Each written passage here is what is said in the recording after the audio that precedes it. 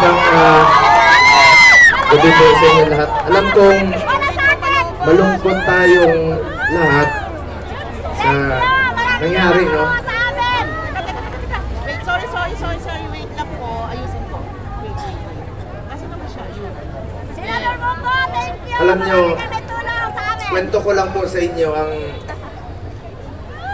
huling balita ko kay Tatay Digong. Wait, sandali. Masakit. Proud ako, mga Matagal kaming magkasama. Alam nyo, higit pa sa tatay ang turing ko sa kanya. 1998, una po akong nanilbihan sa kanya. Hanggang 2022, kahit senador na po ako, sinasamahan ko siya hanggang sa huling araw ng kanyang termino. Sumama po ako hanggang makauwi siya sa bahay niya nung June 30 of 2022. Alam ko yung hirap na niya. Halos hindi na nga makasuot ng medyas. Sinong magme-medyas sa kanya doon?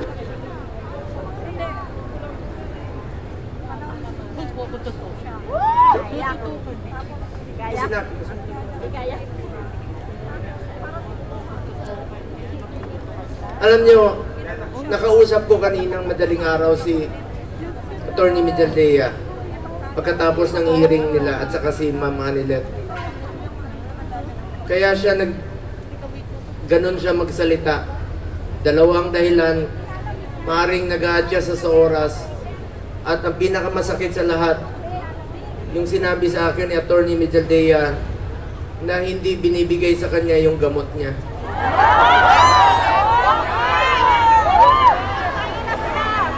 Alam niyo ba, hindi nga niya alam kung ano yung gamot na iniinom niya. Binibigay sa kanya ng nurse niya.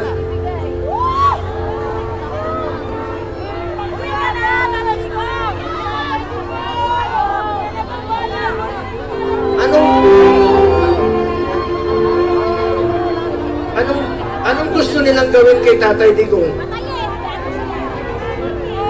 Kung kaya nilang ipadala si Tatay Digong doon, gawan nyo ng paraan paano siya ibalik dito.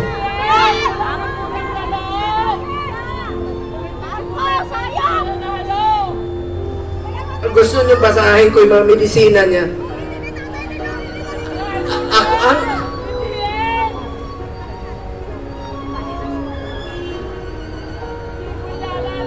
Minsan nagtitwitch yung kamay niya, sabi ni Bingbong kahapon.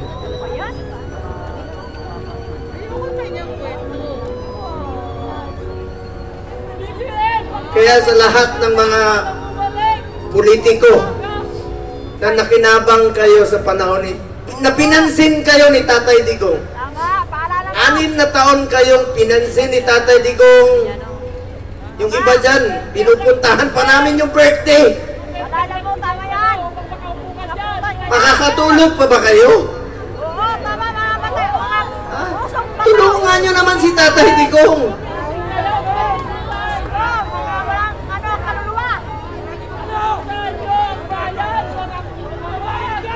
Alam nyo, hindi naman tatakas si Tatay Digong. Nung Sabado, maraming nagpapayo sa kanya. Kami, sinabihan namin, Tatay Digong, pagpaliban mo muna. Pagpaliban mo muna yung pagpapauwi mo rito. Alam ni Ma'am Anilet yun, alam ni Iyes yun, alam na mga kasama niya. Dahil meron na pong threat sa kalusugan niya, sa buhay niya. Hindi natin alam eh. Pero mas pinili niyang umuwi at harapin. Ibig sabihin nun, hindi tatakas si Tatay Digong. Hindi tatakbo si Tatay Digong, hindi na kanya kaya tumakbo. Nakasungkot. Kaya pa ba niya tumakbo? Mga politiko, nananawagan ako sa inyo. Pinansin namin kayo sa 6 na taon, hindi namin kayo pinabayaan. Tulungan niyo naman Tatay Digong.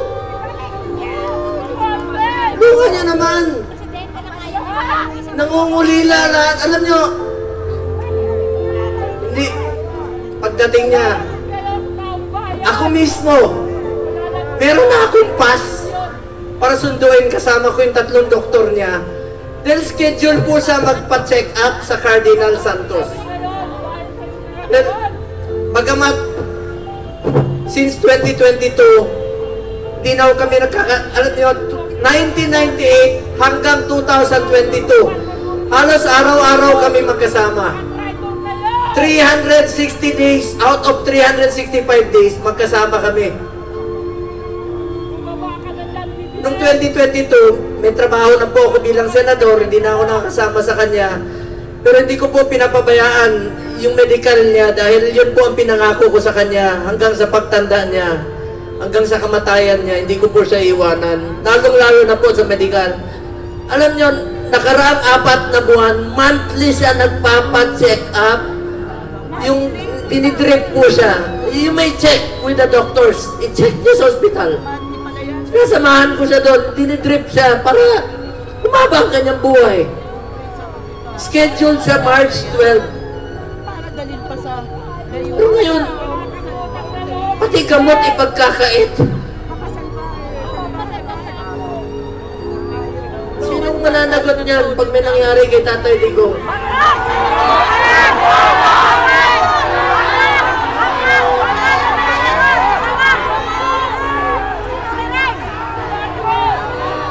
February, umpisa ng December, dyan sa Cardinal, sinamahan ko siya.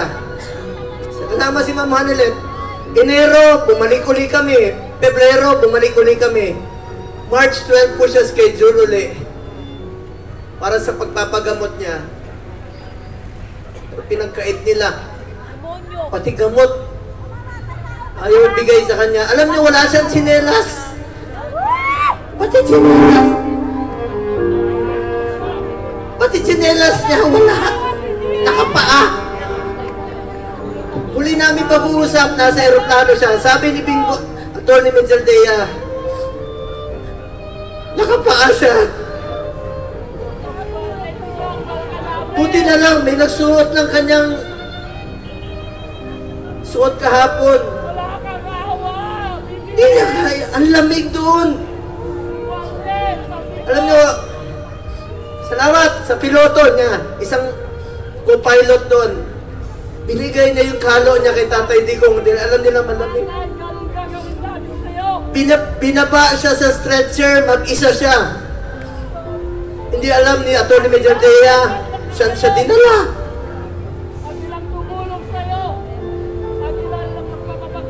Alam ko nangungulila kayo, nakausap ko si Kitty kahapon. Alam niyo, bilib ako kay Kitty.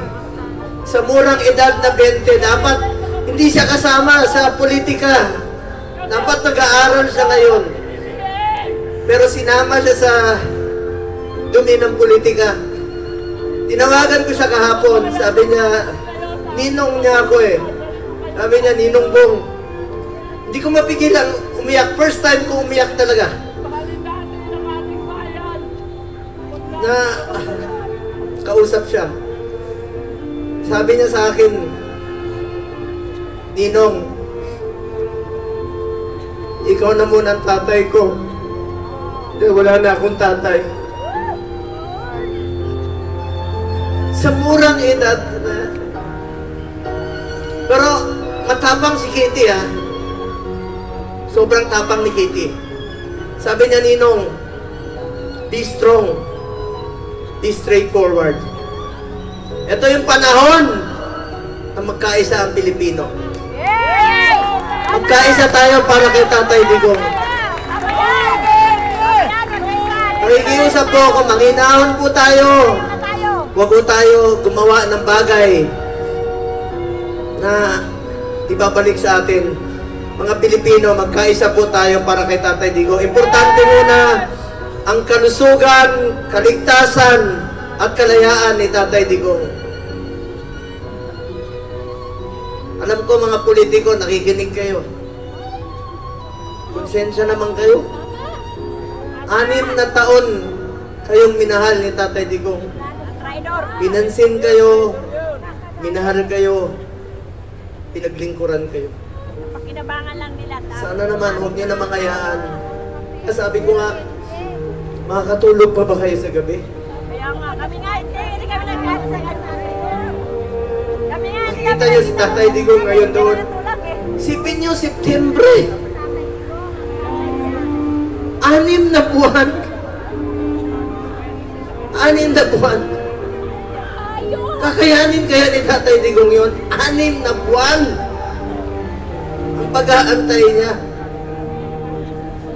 Kung tayo nga, maalala ko nung presidente siya, marami kaming pinauwi na OFWs. Sa totoo lang, kami, ako mismo. Sa Bahrain, meron isa dyan, na sentensyahan po ng death sentence. Ginawa namin ni Tatay Digong ng paraan, sumulat sa King, sa Saudi. Hanap kami ng mga kaibigan na tumulong sa blood money para makalaya. So, ibig sabihin, Pilipino yan, gusto natin makabalik dito. Gagawin natin ang lahat ng paraan. Ito, bakit baliktad? Bakit tayo pumayag? Bakit sila pumayag na ang taong nagmahal sa atin? Minahal tayo, pinaglingkuran tayo. Sa totoo lang, ayaw naman yung tumakbo eh. Dahil sa inyo, ginawa niya po yun. Ito bang kabayaran sa ginawa niyang pagsasakripisyo, pagmamahal at paglilingkod para sa bayan?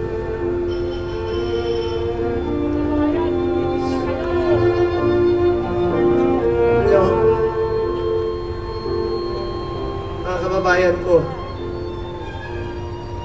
tulungan tayo na ibalik si Tatay Digong dito. Alam ko nangungulila kayo. Alam ko maraming Pilipino halos hindi makatulog. Hindi tayo makatulog. Alam niyo, marami ako narinig. Yung iba, kahit hindi natin kasama sa politika, marami nagte-text sa akin, hindi nila matanggap na bakit hinayaan, payagan na magkaganon? Ikiusap po ako. Alam ko nakikinig naman po kayo.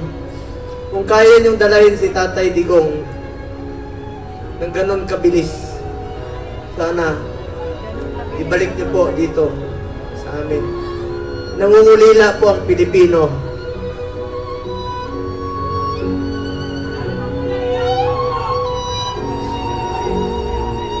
Mga kapatid ko Muslim sa lahat, Basilan, Holo, Zamboanga, sa Mindanao, salamat sa inyong suporta. Mga OFW, alam ko wala kayong tulog. Salamat sa inyong pagmamahal kay Tatay Digong.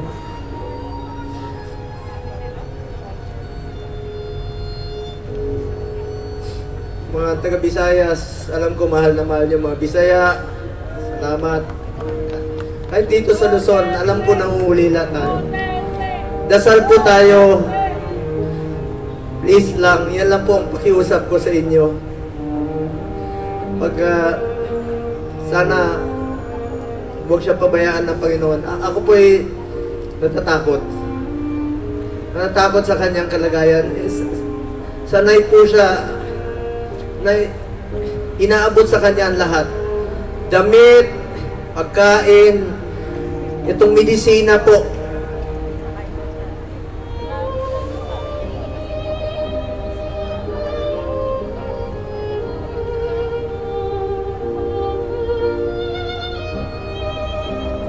Ito, alam niyo ako nagpapadala ng medisina sa bahay niya.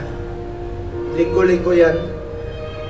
Ang dami nito, Lyrica, Crestor, Pletaal, 1, 2, 3, 4, 5, 6, 7, 8, 9, 10, 11, 12, 13, 14, 15, 16, 17, 18, 19, 20, 21, 22, 23, 24, 25, 26, 27. 27 na gamot. Sinong mag-aabot sa kanya? Meron siyang, totoo yung, meron siyang oxygen concentrator. Dahil dun sa burger's disease niya na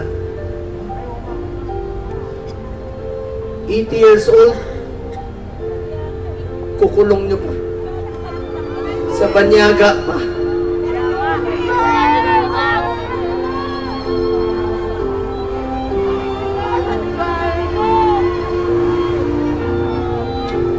Alam niyo, inahol lang ko kayo. Alam kong mahal niyo si Tatay Digong. Mahal natin si Tatay Digong. Magkaisa tayong lahat, mga kababayan ko. Alam niyo ngayon, taming naninira sa amin ni Bato.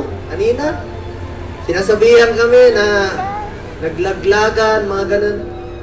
Alam niyo, huwag kayong maniwala sa mga yan. Yan ang tinatawag na gusto nila kami hilain pababa. Gusto nila kaming sirain. Ako naman po, buklatin niyo man ang, at pag namatay ako, buklatin niyo ang katawan ko. Duterte po. Walang maniwala sa kanila. Wala po. Halos wala po akong panahon sa anak ko. Wala akong panahon sa tatay ko. Si Tatay Digong na po ang naging tatay ko from 1998 hanggang 2022. 24 years yan, araw-araw kami magkasama. At sinabi ko sa kanya, Tatay Digong, hanggang kamatayan mo, hindi kita pababayaan. Lalo na sa medical mo. Ngayon, sino na po mag-aabot ng medisina niya? Sa mga nagpakulong sa kanya, makonsensya kayo. Makakatulog pa ba kayo?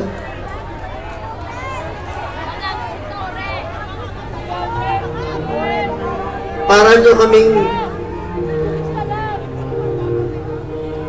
kinuna ng Ama.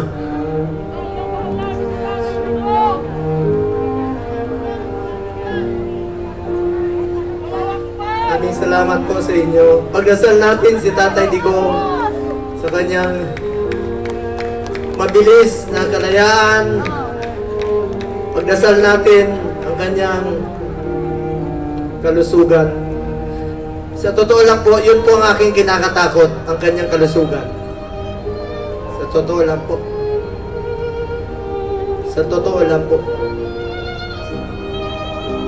Kung kakayanin niya ba? 6 na buwan? Pagkakain mo yung medisina? Kung narinig lang tayo ni Tatay Digong ngayon, alam na alam niya na gaano natin siya kamahal. Buong Pilipinas po, nangungulila. Dasal tayo. Duterte! Duterte! Duterte! Duterte!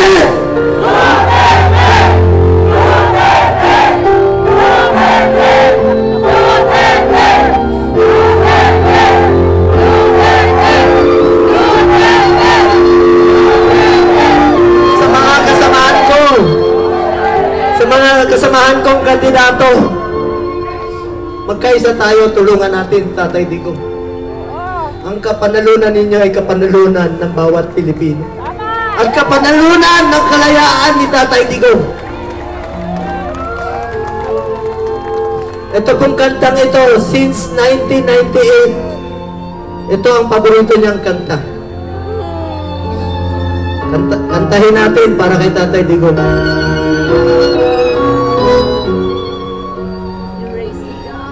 Isa po itong spiritual song na naglalarawan sa tiwala ng ating Tatay Digong sa Panginoon.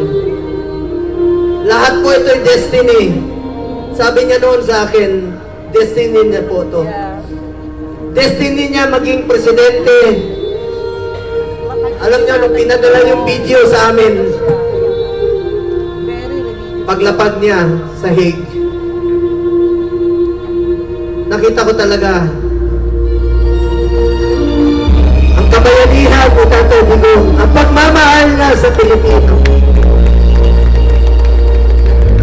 Isang tadhana ng isang